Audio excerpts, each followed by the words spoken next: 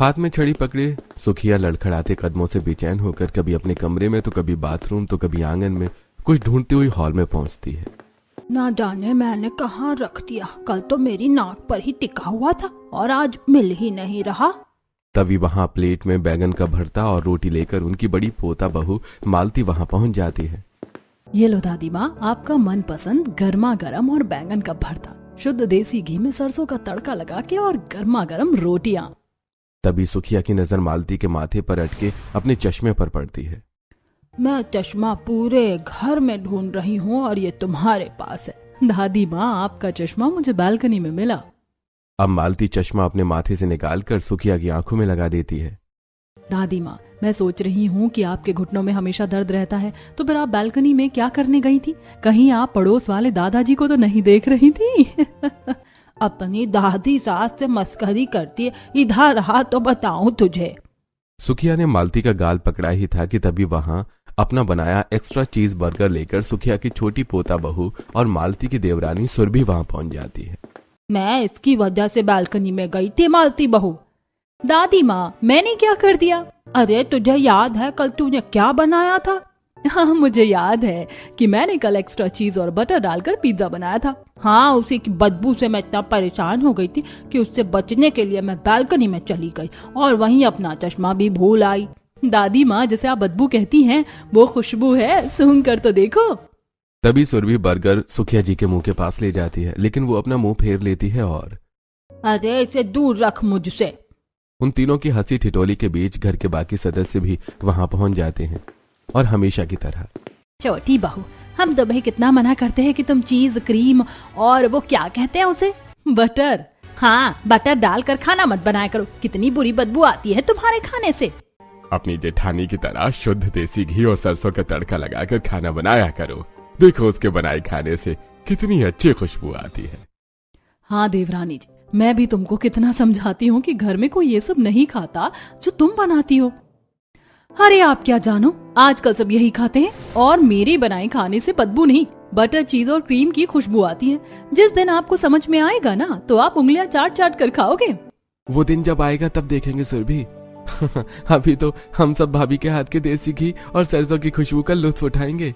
ठीक है, जिसे जो खाना है खाओ, मैं अपना क्रीम बटर चीज वाला खाना ही खाऊंगी। ये है सुखिया जी का छोटा सा परिवार, जिसे मालती के देसी घी और सरसों की खुशबू की आदत सालों से लगी हुई है, जिसे अब उसकी देवरानी अपने क्रीम, बटर और चीज से बदलना चाहती है, जिस वजह से वो क्रीम, बटर और चीज से कई वेस्टर्न डिशेस के साथ साथ इंडियन डिशेस भी बनाती है और हॉल में सबको सर्व करती है। सुरभि, तुम कैसा खाना बनाती हो? बदबू आती है। लेकिन उसके घर वालों को उसकी बनाई किसी भी डिश की खुशबू वैसी समझ नहीं आती जैसी उसकी जेठानी के बनाई खाने की समझ में आती है, जिस वजह से वो सब उसके बनाए खाने को बदबूदार समझते हैं। अब ये देखना दिलचस्प होगा कि क्या सुरभि घर वाले उसके बनाए खाने को कभी एक्सेप्ट करते हैं या फिर उसकी जेठानी का बनाया खाना ही खाते रहेंगे। वैसे उनके पड़ोसी दोनों देवरानी जेठानी के बनाए खाने की खुशबू से समझ जाते थे कि खाना कौन बना रहा है। दोनों देवरानी जेठानी एक साथ ही किचन में खाना बनाती हैं। आज हमेशा की तरह सबको मेरा बनाया खाना पसंद आया। अब जैसे ही मालती सब्जी बनाने के लिए कढ़ाई में घी गर्म हो जाने के बाद उसमें सरसों डालती है, उसकी महक पूरे घर और मोहल्ले में फैल जाती है और उनके घर के पास से गुजरती हुई कंचन और चंपा की नाक से टकराती है। आहा, मालती बहू के देसी घी और सरसों के तड़के की यही खुशबू लेने के लिए मैं किसी ना किसी बहाने से यहाँ गुजरती रहती हूँ। हाँ, इसीलिए तो मैं तुम्हारे साथ में आती हूँ। ना जाने प्रभा की बड़ी बहू कैसे तड़का लगाती है कि पूरे मोहल्ले में उसकी खुशबू फैल जाती है। मैं अभी कोशिश करती हूँ मालती जैसे ही देसी घी और सरसों का तड़का लगाने की, लेकिन मेरे तड़के की खुशबू इतनी अच्छी नहीं आती। ना जाने वो कैसे तड़का लगाती है। अब देसी घी और सरसों की खुशबू लेती हुई वो दोनों वहां से गुजर जाती हैं और किचन में मालती तड़का लगाकर सब्जी बना लेती है और उसकी देवरानी दूसरे गैस चूल्हे पर चीज फिल करके बटर से पराठे बनाती है और क्रीम के साथ डाइनिंग रूम में बैठे अपनी दादी सास के अलावा सभी लोगों को सर्व करती है। उसके साथ उसकी जेठानी भी सब्जी और रोटी सबको सर्व करती है। छोटी भाभी, ये क्या बनाकर लाई हो? इसमें कितनी बदबू आ रही है। हाँ छोटी बहू, अपनी जेठानी से सीखो खुशबूदार खाना बनाना। मैं आप सबको कितनी बार बता चुकी हूँ कि ये बदबू नहीं खुशबू है, लेकिन फिर भी कोई समझता ही नहीं है। क्रीम, बटर और चीज की खुशबू आपको समझ में नहीं आती ना, इसीलिए आपको बदबू लगती है। तभी उनका ससुर भगवान दास सब्जी की खुशबू लेता है और छोटी बहू, ये होती है खुशबू देसी घी और सरसों की। खुशबू से साफ पता चलता है कि सब्जी में देसी घी और सरसों का तड़का लगा है। और तुम्हारे बनाए खाने में कुछ पता ही नहीं चलता कि कौन सी खुशबू बटर की है, कौन सी चीज की और कौन सी क्रीम की। पता ही नहीं चलता कि तुम्हारे बनाए खाने में खुशबू आती है या बदबू। बातों बातों में वो ये सब भूल गए थे कि सबसे पहले डाइनिंग टेबल पर बैठने वाली सुखिया जी वहां नहीं है। अरे, आज दादी कहाँ है? दिखाई नहीं दे रही। हाँ, यहीं कहीं होंगी, आती होंगी। तभी वहां अपना चश्मा पोंछती हुई परेशान सुखिया जी पहुंचती हैं। तुम लोगों ने मेरी छड़ी कहीं देखी है क्या? अब आज आपकी छड़ी कहाँ चली गई दादी माँ? वो तो हमेशा ही आपके साथ रहती है। तेरे भी बहू के कारण मेरी छड़ी मेरा साथ छोड़ गई। अब मैंने क्या कर दिया दादी माँ? तुमने उस दिन वो चीज एक्स्ट्रा डालकर पास्ता बनाया था और फिर क्रीम के साथ हम सबको खिलाया था। बस वही पचाने के लिए मैं टहलने निकल गई थी, तभी से मेरी छड़ी नहीं मिल रही है। तभी वहां सुखिया जी की छड़ी लिए पड़ोसन सुधा की बेटी मिली आती है और उन्हें छड़ी देते हुए, दादी ये लो अपनी छड़ी, इसे आप कल पार्क में भूल आई थी। वो तो अच्छा हुआ मैं भी वहीं थी तो ले आई, नहीं तो आप ढूंढती ही रह जाती। तभी सुखिया जी मिली से छड़ी ले लेती है और जियो मिली। तभी मिली को जानी पहचानी खुशबू आती है। लगता है भाभी जी आज आपने कुछ स्पेशल बनाया है चीज और क्रीम के साथ। हाँ बनाया तो है, लेकिन वो स्पेशल नहीं, नॉर्मल है डेली वाला। लेकिन तुम्हें कैसे पता? खुशबू से ही पता चल रहा है। देखा, आप लोगों को मेरे बनाए खाने की समझ नहीं है, इसीलिए आपको बदबू आती है। जिसे समझ है वो जानती है कि मेरे खाने से बदबू नहीं खुशबू आती है। वो सभी थोड़ा बहुत ही पराठे खाते हैं, लेकिन मिली 4 पराठे खाने के बाद ही घर जाती है। वहीं सब घर वाले मालती की बनाई सब्जी रोटी बर्तन पहुंच पहुंच कर खाते हैं। आज भी आप सबने मेरा बनाया खाना बचा दिया। देवरानी जी, जब घर वालों को बटर चीज और क्रीम का स्वाद समझ में नहीं आता तो क्यों ना तुम भी मेरी तरह देसी घी और सरसों में खाना बनाना सीख लो। जेठानी जी, सालों से आपके बनाए खाने का स्वाद घर वालों की जुबान पर चढ़ा है ना, इसीलिए उन्हें मेरा बनाया खाना पसंद नहीं आता और उन्हें मॉडर्न खाने की खुशबू भी पसंद नहीं आती। देखना, जब समझ जाएंगे तो आपकी तरह मेरी भी तारीफ करेंगे। मैं भी यही चाहती हूँ, लेकिन न जाने वो दिन कब आएगा। जेठानी जी, सालों से चले आ रहे स्वाद को बदलने में थोड़ा टाइम तो लगेगा ही। और देसी घी और सरसों भारतीय रसोई की शान है, पहचान है। भारतीय व्यंजनों की घी के बिना कल्पना भी करना मुश्किल है। हाँ, बात तो सही है। और बटर घी का ही तो दूसरा रूप बना दिया है इन विदेशियों ने। और पनीर को चीज और मलाई बन गई क्रीम। बाकी है तो सब वही जो सदियों से हम भारतीय खाते आ रहे हैं। हाँ बड़ी भाभी जी, सही कहा आपने। जिसका स्वाद और खुशबू हर किसी को समझ में नहीं आता, और जब समझ में आता है तो स्वाद जुबान से छूटता नहीं। अब खाना खाकर वो सभी अपने अपने कमरों में चले जाते हैं। फिर एक दिन जब शाम के समय उनके पड़ोसन सुधा अपनी बेटी मिली के साथ अपने घर की छत पर खड़ी थी, तभी अपने घर के किचन में सुरभि बटर खिचड़ी में चीज डालती है, जिसकी बदबू पूरे घर में फैलकर उनके पास जाती है। आज सुरभि बहू न जाने बटर और चीज डालकर क्या बना रही है। कितनी अजीब बदबू आ रही है, मुझे तो उल्टी आ जाएगी सूंघकर। क्या मम्मी तुम भी? तुम्हें कुछ भी नहीं पता है, ये बदबू नहीं बल्कि खुशबू है, शायद बटर खिचड़ी और चीज की। सूंघो ध्यान से, आपकी भूख बढ़ जाएगी और आपका मन भी खाने को हो जाएगा। मेरी तो भूख मर गई, आग लगे ऐसे खाने को। मैं तो अपनी जुबान पर भी नहीं रख सकती ऐसा खाना। इतना बोलकर सुधा घर के अंदर चली जाती है और इधर किचन में अपनी देवरानी के बाद मालती देसी घी में सरसों का छौंक लगाकर पकौड़े वाली कढ़ी और चावल बनाती है। और दोनों देवरानी जेठानी डाइनिंग रूम में बैठे सभी घर वालों को सर्व करती हैं। लेकिन हमेशा की तरह सब लोग मालती के बनाए देसी घी और सरसों वाले खाने में टूट पड़ते हैं और सुरभि का बनाया चीज और बटर का खाना जैसे का तैसा रखा रहता है। आप लोग बटर चीज खिचड़ी क्यों नहीं खा रहे हो? एक बार ट्राई तो करो, बहुत बहुत अच्छी बनी है सच में। मैं इतनी मेहनत से बनाती हूँ, लेकिन आप सब खुशबू से ही नकार देते। आप कहो तो मैं क्रीम भी डाल देती हूँ। अरे बदबू ही इतनी बुरी है तुम्हारी बनाई खिचड़ी की कि हमने स्वाद का अंदाजा लगा लिया है, और जब जब हमने तुम्हारा बनाया खाना खाया है कुछ न कुछ हुआ ही है। फिर भी बहू, अगर तुम चाहती हो कि हम सब तुम्हारे हाथ का बना खाना खाएं तो अपनी जेठानी से सीखो। वो कितना अच्छा देसी घी और सरसों का तड़का लगाती है, उसकी खुशबू से ही जिसे भूख ना हो वो भी 4 रोटी खा जाए। और तुम्हारी क्रीम बटर और चीज की बदबू से तो अच्छे खासे भूखे इंसान की भूख मर जाए। भले ही सुरभि के बनाए खाने को सब बदबूदार कहते थे और उसके जेठानी के खाने को खुशबूदार बोलकर पसंद करते थे, लेकिन फिर भी वो किसी की भी बात का बुरा नहीं मानती थी। तभी एक दिन सुरभि सबका दिल जीतने के लिए बटर घेवर विद चीज क्रीम, बटर रबड़ी, क्रीम चीज रेम्बो सैंडविच बनाकर हॉल में सबको सर्व करती है। तभी सब उसे नकार देते हैं और सभी लोग उसकी जेठानी का बना देसी घी और सरसों का तड़का लगा शाही पनीर और तंदूरी रोटी पसंद करते हैं। तभी उनकी सास के भैया भाभी अपनी बहू और बेटे के साथ वहां पहुंच जाते हैं। भाभी भैया आप अचानक बिना बताए यहाँ? हाँ दीदी, वो क्या है ना कि बहुत दिन हो गए थे तुम्हें देखे हुए और मालती बहू के हाथ का देसी घी और सरसों के तड़के वाला खाना खाए हुए, तो सोचा तुम सबसे मिल भी लेंगे और खाना भी खा लेंगे। फिर तो बिल्कुल सही समय पर आए हो साले साहब, आओ बैठो हमारे साथ। दोनों देवरानी जेठानी उनके लिए 4 कुर्सियां डाइनिंग टेबल के पास रखती हैं। उन चारों के बैठने के बाद वो दोनों उन्हें अपना अपना बनाया खाना परोसती हैं। वो सभी सुरभि के बनाए खाने को हाथ भी नहीं लगाते और मालती का बनाया खाना फटाफट सफाचट कर जाते हैं। अरे खाना तो खत्म हो गया है, आप लोग बस थोड़ी देर रुको, मैं और बना कर लाती हूँ। मेरा बनाया हुआ खाना तो पूरा रखा हुआ है, आप इसे खाइए ना। तुम ये खाना मत खाना, नहीं तो तुम सबका पेट खराब हो जाएगा। दादी माँ आप भी ना कुछ भी बोलती हो, ऐसा कुछ नहीं होगा, आप तो खाइए। उस दिन वो सभी सुरभि का बनाया खाना खा लेते हैं और कोई शिकायत नहीं करते। और फिर अगले दिन दोनों देवरानी जेठानी मिलकर किचन में खाना बना रही होती हैं और जैसे ही मालती मसूर दाल बनाने के लिए घी गर्म करके उसमें मसूर की दाल के आटे का घोल कढ़ाई में डालती है तो उसकी खुशबू पूरे घर में फैल जाती है, जो हॉल में सब लोगों के साथ बैठे प्रभा के भैया भाभी और उनके बेटा बहू सूंघते हैं। ये खुशबू नाक में पड़ते ही स्वाद से भरी बीती बातें याद आ गईं।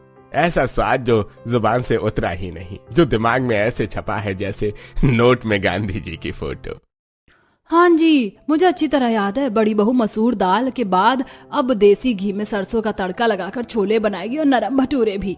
तभी उनकी नाक से एक्स्ट्रा चीज विद एक्स्ट्रा बटर वाली बिरयानी और क्रीम की बदबू टकराती है। अरे दीदी, ये तुम्हारी बहुएं क्या बना रही हैं? कितनी बुरी बदबू आ रही है। प्रभा अपने भाई की बात के जवाब नहीं देती। कुछ ही देर में दोनों देवरानी जेठानी अपना बनाया मसूर दाल, छोले भटूरे, बिरयानी और पिज्जा बॉम्ब लेके वहां पर आती हैं और सबको सर्व करती हैं। खाओ भैया, देखो मेरी बड़ी बहू ने कितना अच्छा खाना बनाया है, कितनी अच्छी खुशबू आ रही है। मैंने भी आप सबके लिए बिरयानी और पिज्जा बॉम्ब बनाए हैं, एक्स्ट्रा चीज बटर और क्रीम डालकर। तभी निशा और आकाश वो देखते हैं। वाह भाभी, बिरयानी और पिज्जा की खुशबू से ही पता चल रहा है कि ये कितने टेस्टी होंगे। ये बिरयानी और पिज्जा से इतनी बुरी बदबू आ रही है और तुमको ये टेस्टी लग रहे हैं। हम आज की जनरेशन है, हमें पता है कि बटर चीज और क्रीम का बना खाना कितना टेस्टी होता है। उन दोनों की बातें सुनकर बाकी सभी लोग भी सुरभि का बनाया खाना खाते लगते हैं। तभी लाइट चली जाती है। ये लाइट सुरभि बहू के कारण गई है।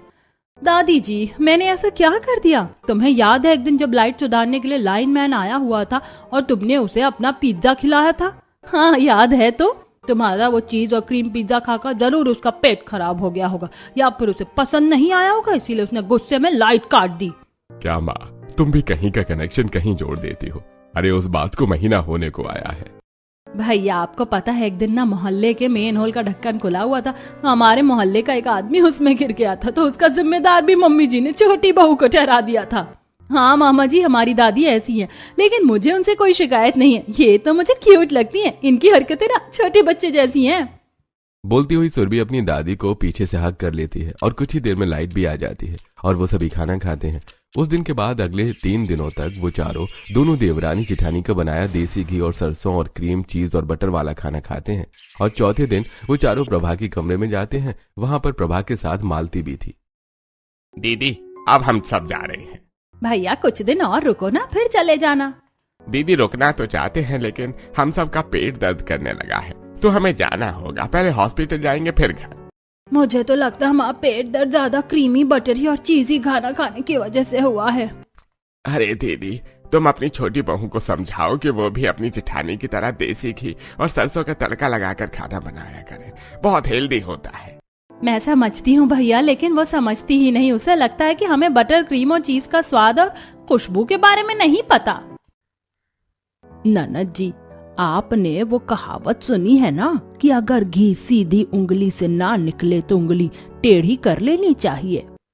हाँ सुनी है ना। तो आप वैसे ही अपनी छोटी बहू को समझाने की कोशिश करो। वो सीधे से नहीं समझती है, थोड़ा टेढ़ा होके समझाओ। मैं आपकी बात समझ गई मामी जी, अब मैं ऐसा ही करूंगी। अब पेट दर्द से परेशान वो चारों वहां से चले जाते हैं, लेकिन एक बहुत अच्छा आइडिया देकर जाते हैं। तभी चीज बर्गर और क्रीम कॉफी लेकर सुरभि वहां आती है। छोटी बहू, आज तुम्हारे बनाए खाने की वजह से मेरे भैया भाभी यहाँ से चले गए क्योंकि उनका पेट दर्द होने लगा था। क्या पता उनका पेट दर्द मेरे बनाए खाने से दर्द हुआ है या जेठानी जी के खाने की वजह से, और मुझे अच्छी तरह पता है कि मैं क्या बना रही हूँ और कैसे बना रही हूँ। तो आप ये बात जेठानी जी को कहिए, हर बार मुझ पर ही ब्लेम डालना सही नहीं है। तभी तुनक का सुरभि वहां से चली जाती है। मम्मी जी, आप भी ना देवरानी जी को ऐसे नहीं समझाना था। आप देखिए मैं उन्हें कैसे समझाती हूँ। घी भी डब्बे से निकल आएगा और उंगली भी टेढ़ी नहीं करनी पड़ेगी। अब मालती कमरे से निकलकर अपनी देवरानी के पीछे पीछे किचन में जाती है। देवरानी जी, तुम तो मम्मी जी की बात का बुरा मान गई। वो तो मामा मामी की वजह से बोल गई, और क्या पता सच में मेरे बनाए खाने की वजह से उनका पेट दर्द हुआ हो। मैंने बुरा कहा माना जेठानी जी, मैं तो आप सबके लिए बटर में बालूशाही बनाने आई थी। इतना बोलकर सुरभि कढ़ाई गैस चूल्हे पर रखकर उसमें ढेर सारा बटर डालकर गैस जलाती है। देवरानी जी, आपको इतने दिनों से देख रही हूँ, आप बटर चीज और क्रीम से खाना बना रही हो। अब तो मेरी भी इच्छा हो रही है कि मैं भी आपकी तरह खाना बनाना सीखूं। तो क्या आप मुझे भी सिखाओगी? क्यों नहीं जेठानी जी, जरूर सिखाऊंगी। अभी शुरुआत करते बटर वाली बालूशाही बनाने से। इतना बोलकर सुरभि बालूशाही का डो तैयार करती है और दोनों देवरानी जेठानी मिलकर लोई बना लेती हैं। जेठानी जी, अब ये डो आप गरम बटर में डालकर फ्राई करिए, बिल्कुल गरम घी में पूरियों की तरह। फिर मैं आपको बालूशाही को क्रीम से फिल करना सिखाऊंगी। मालती जानबूझकर डो हल्के बनाती है, जिससे वो कढ़ाई में डालते ही बटर में फैलने लगते हैं और कढ़ाई का सारा बटर खराब हो जाता है। अरे देवरानी जी, कढ़ाई का सारा बटर तो खराब हो गया, अब क्या होगा?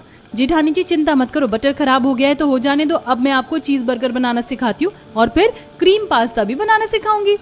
ठीक है देवरानी जी। अब सुरभि अपनी जेठानी को चीज बर्गर बनाना सिखाती है, लेकिन वो जानबूझकर पूरा चीज खराब कर देती है और फिर क्रीम भी। देवरानी जी, सारा बटर चीज और क्रीम वेस्ट हो गया, लेकिन मैं कुछ सीख नहीं पाई। अब तुम खाना कैसे बनाओगी? जेठानी जी आप चिंता मत करो, मैंने सब एक्स्ट्रा रखा हुआ। अब आप रहने दो, मैं आपको बाद में सब बनाना सिखाऊंगी। मैं अब खाना बना लेती हूँ। इतना बोलकर सुरभि पास ही रखी बोरी में से चीज बटर और क्रीम के डब्बे निकालती है। अरे यार, मेरा प्लान तो फेल हो गया, अब मैं क्या करूं? क्या सोच रही हो जेठानी जी? मैं आपके प्लान के बारे में सब जानती हूँ। मैंने आपकी बातें सुनी थी, लेकिन आपको नहीं पता कि मैं हमेशा एक्स्ट्रा स्टॉक रखती हूँ। सोचती हुई सुरभि चीज बर्गर और बटर खिचड़ी बनाने लगती है, जिसकी खुशबू हॉल में बैठे सभी घर वालों तक जाती है।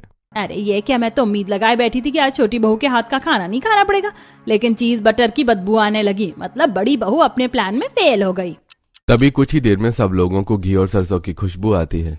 अरे वाह, बड़ी बहू ने भी खाना बनाना शुरू कर दिया। अच्छा है कि बड़ी बहू देसी घी में खाना बनाती है तो हमें राहत है, नहीं तो पता नहीं हम क्या खाते। कुछ ही देर में दोनों देवरानी जेठानी अपना अपना बनाया खाना लाकर उन्हें सर्व करती हैं और हमेशा की तरह वो सभी मालती का बनाया देसी घी और सरसों का खुशबूदार खाना तो पूरा खाते हैं, लेकिन सुरभि का बनाया खाना थोड़ा सा ही खाते हैं। जेठानी जी की प्लानिंग तो मैंने फेल कर दी। अब मैं क्या करती हूँ वो आप सब देखिएगा। उसके अगले दिन शाम को दोनों देवरानी जेठानी ग्रोसरी स्टोर जाती हैं। सुरभि बटर क्रीम और चीज लेती है तो वहीं उसकी जेठानी देसी घी और सरसों खरीदती है। दोनों देवरानी जेठानी सामान खरीद कर पैदल ही घर जा रही थी। जेठानी जी, आपको तो मैं अपने तरीके का खाना बनाना नहीं सिखा पाई, लेकिन मैं चाहती हूँ कि आप मुझे अपने तरीके का देसी घी और सरसों से खाना बनाना सिखा दो। हाँ देवरानी जी, जरूर सिखाऊंगी अगर तुम सीखना चाहती हो तो। घर पहुंचकर किचन में मालती अपनी देवरानी को देसी घी में सरसों का तड़का लगाकर सब्जी बनाना सिखाने की कोशिश करती है, लेकिन हर बार जानबूझकर वो गलती कर देती है। कभी सरसों जला देती है तो कभी मसाला, जिस वजह से पूरा घी और सरसों खत्म हो जाता है। अरे ये क्या जेठानी जी, घी और सरसों तो खत्म हो गया और मैं सीख भी नहीं पाई। अब क्या होगा? अब घर वाले डिनर में क्या खाएंगे? हाँ मैं भी वही सोच रही हूँ देवरानी जी, एक्स्ट्रा देसी घी और सरसों भी नहीं है। अब क्या करूँ? आज तो सबको मेरा चीज क्रीम और बटर से बना खाना ही खाना पड़ेगा। अब सुरभि एक्स्ट्रा लार्ज चीज बर्गर, एक्स्ट्रा बटर डालकर ऑमलेट, पिज्जा और एक्स्ट्रा चीज डालकर पेस्ट्री बनाकर हॉल में बैठे सभी घर वालों को अपनी जेठानी के साथ सर्व करती है। बड़ी बहू, क्या हुआ, तुमने आज खाना नहीं बनाया? आज मैं देवरानी जी को देसी घी में सरसों का तड़का लगाकर खाना बनाना सिखा रही थी, तो उसी में सारा सरसों और घी वेस्ट हो गया। तो अब आपको देवरानी जी का बनाया खाना खाना होगा। अरे यार, इसमें से कितनी बदबू आती है। अरे बदबू नहीं है ननद जी, आप खाओ तो सही। ये खुशबू है जो आप लोगों को समझ में नहीं आती थी, लेकिन अब समझ में आएगी। उस रात पहली बार मजबूरी में पूरा परिवार सुरभि का बनाया क्रीम बटर और चीज वाला खाना खाता है। अरे छोटी बहू, ये बटर और चीज वाला खाना खाकर हमारा पेट भारी हो गया है, तो आज हम सभी वॉक पर चलते हैं। हाँ हाँ चलो ना। तभी सभी घर के बाहर मोहल्ले की गली में ही वॉक करते हैं और फिर वापस आकर अपने अपने कमरे में जाकर सो जाते हैं। और अगली सुबह जब सभी लोग हॉल में इकट्ठा होते हैं तो अरे मेरा पेट गुड़गुड़ कर रहा है। अरे ये क्या हुआ, मुझे अब जाना होगा। मेरा पेट। अब एक एक करके वो तीनों अपने कमरे के बाथरूम में चले जाते हैं। छोटी बहू, मुझे लगता है रात भर हम में से कोई भी नहीं सोया, सब बाथरूम के चक्कर काटते रहे। सुरभि कुछ बोल पाती उससे पहले ही उन सभी को मोहल्ले के ही लखन की आवाज सुनाई देती है। अरे आग आग आग। वो सभी बाहर घर के निकलकर देखते हैं तो उन्हें दिखता है घबराया हुआ लखन बाल्टी में पानी लिए भागा जा रहा है। अरे कहाँ लग गई आग? अरे वो कुंदन जी के घर में आग लग गई है, आप भी चलो आग बुझाने में उनकी मदद करने। अरे आज हमारा पेट खराब है, हम नहीं जा सकते, माफ करना भाई। लखन वहां से चला जाता है और वो सभी घर के अंदर वापस आ जाते हैं। दादी माँ, अब आप ये बोल दो कि कुंदन जी के घर में आग मेरी वजह से लगी है। सुरभि बहू, तुम्हें मेरी बातें मजाक लगती हैं? जो जो तुम्हारे कारण होता है वही बोलती हूँ। हर दुर्घटना का इल्जाम तुम पर थोड़ी ना लगा सकती हूँ मैं। हाँ, लेकिन ये हमारा जो पेट खराब हुआ ये तुम्हारे बनाए खाने की वजह से ही हुआ। तो फिर मेरा क्यों नहीं हुआ? मैंने भी तो वही खाना खाया था ना। तब तक वहाँ बाथरूम गए सभी लोग वापस आ चुके थे। छोटी बहू, तुम्हें आदत है ना बटर चीज और क्रीमी खाना खाने की, इसी वजह से तुम्हें कुछ नहीं हुआ। लेकिन हर रोज ऐसा खाना नहीं खाना चाहिए। कभी कभी खा सकते हैं लेकिन रोज नहीं। अभी तक तो आप रोज ही खाते थे, तब तक तो खराब नहीं हुआ किसी का पेट, लेकिन आज अचानक कैसे हो गया? पहले तुम्हारी जेठानी के हाथ का खाना भी तो होता था, घी और सरसों का बैलेंस बन जाता था। अच्छा, तभी सुरभि का भी अचानक पेट दर्द होने लगता है। मेरा पेट दर्द क्यों होने लगा? देवरानी जी, उसी वजह से जिस वजह से हम सबका हो रहा है। लेकिन ऐसा कैसे हो सकता है? देवरानी जी, जिस तरह का खाना तुम बनाती हो वो खाने से पेट की समस्या होगी ही। मैं ये बात नहीं मान सकती। अगर ऐसी बात है तो एक काम करते हैं, आज से कुछ दिनों के लिए तुम अपना क्रीम बटर और चीज वाला खाना बनाओ और खाओ। बाकी के घर वाले मेरा देसी घी और सरसों वाला खाना खाएंगे। उसके बाद अगर तुम्हें कुछ बदलाव समझ ना आए तो हम सब तुम्हारा बनाया खाना खाएंगे। ठीक है, अगर आप कहती हो तो यही करूंगी, लेकिन उससे पहले मुझे बाथरूम जाना होगा। अब सुरभि अपने कमरे के बाथरूम की तरफ भागती है। उस दिन के बाद अगले कुछ दिनों तक सुरभि अपना क्रीम, चीज और बटर वाला खाना बनाती और खुद खाती है। और बाकी के सभी घरवाले उसकी जेठानी का बना देसी घी और सरसों के तड़के वाली दाल, कढ़ी और सब्जी के साथ कभी रोटी तो कभी चावल खाते हैं। और धीरे धीरे उन सभी के पेट ठीक हो जाते हैं। लेकिन सुरभि के पेट दर्द में कोई सुधार नहीं हुआ, उल्टा बढ़ता ही गया। उसकी वजह क्या है ये बात सुरभि समझ जाती है और किचन में खाना बना रही अपनी जेठानी के पास जाकर उसे ये बात बताती है। जेठानी जी, मेरे बनाए खाने में ही गड़बड़ थी। अब से मैं क्रीम, बटर और चीज डालकर खाना नहीं बनाया करूंगी, सिर्फ देसी घी में सरसों का तड़का लगाकर ही खाना बनाऊंगी। क्या बात है देवरानी जी, अचानक आप में बदलाव कैसे आ गया? ये बदलाव अचानक नहीं आया जेठानी जी, अब मुझे समझ में आ गया है कि गड़बड़ मेरे क्रीम, चीज और बटर में है। गड़बड़ क्रीम, चीज और बटर में नहीं है देवरानी जी, बल्कि रोज रोज ये खाने में है। रोज रोज खाने से हेल्थ इश्यूज होते ही हैं। हाँ, लेकिन कभी कभी खाया जा सकता है। ठीक है फिर जेठानी जी, मैं इस बार सच में आपसे देसी घी में सरसों का तड़का लगाकर खाना बनाना सीखना चाहती हूँ। वो तो मैं सिखाऊंगी ही, लेकिन उससे पहले तुम्हें डॉक्टर के पास जाने की जरूरत है। अब मालती अपनी देवरानी को डॉक्टर के पास लेकर जाती है और फिर धीरे धीरे क्रीम, बटर और चीज में खाना बनाने वाली देवरानी को अपनी तरह देसी घी और सरसों के तड़के में खाना बनाना सिखा देती है। इस तरह 20 दिन बीत जाते हैं और दोनों देवरानी जेठानी मिलकर अपना क्रीम, चीज, बटर और देसी घी में सरसों का तड़का लगाकर पिज्जा, बर्गर, खिचड़ी, बिरयानी, पनीर, चिकन जैसी बहुत सारी डिशेस बनाकर हॉल में बैठे सभी लोगों को सर्व करती है। अरे वाह छोटी बहू, इस बार तो तुम्हारी बनाई खाने से बदबू नहीं बल्कि एक भूख बढ़ाने वाली खुशबू आ रही है, बिल्कुल तुम्हारी जेठानी के बने खाने की तरह। वो तो आएगी ना पापा जी, देवरानी जी ने इतने दिनों बाद जो चीज, बटर और क्रीम डालकर खाना बनाया है। इस तरह घर वालों को रोज रोज की बदबू से छुटकारा मिल जाता है और वो खुशबूदार खाना खाने लगते हैं। हाँ, लेकिन अब महीने में 2-3 बार ही सुरभि क्रीम, चीज और बटर वाला खाना बनाती थी।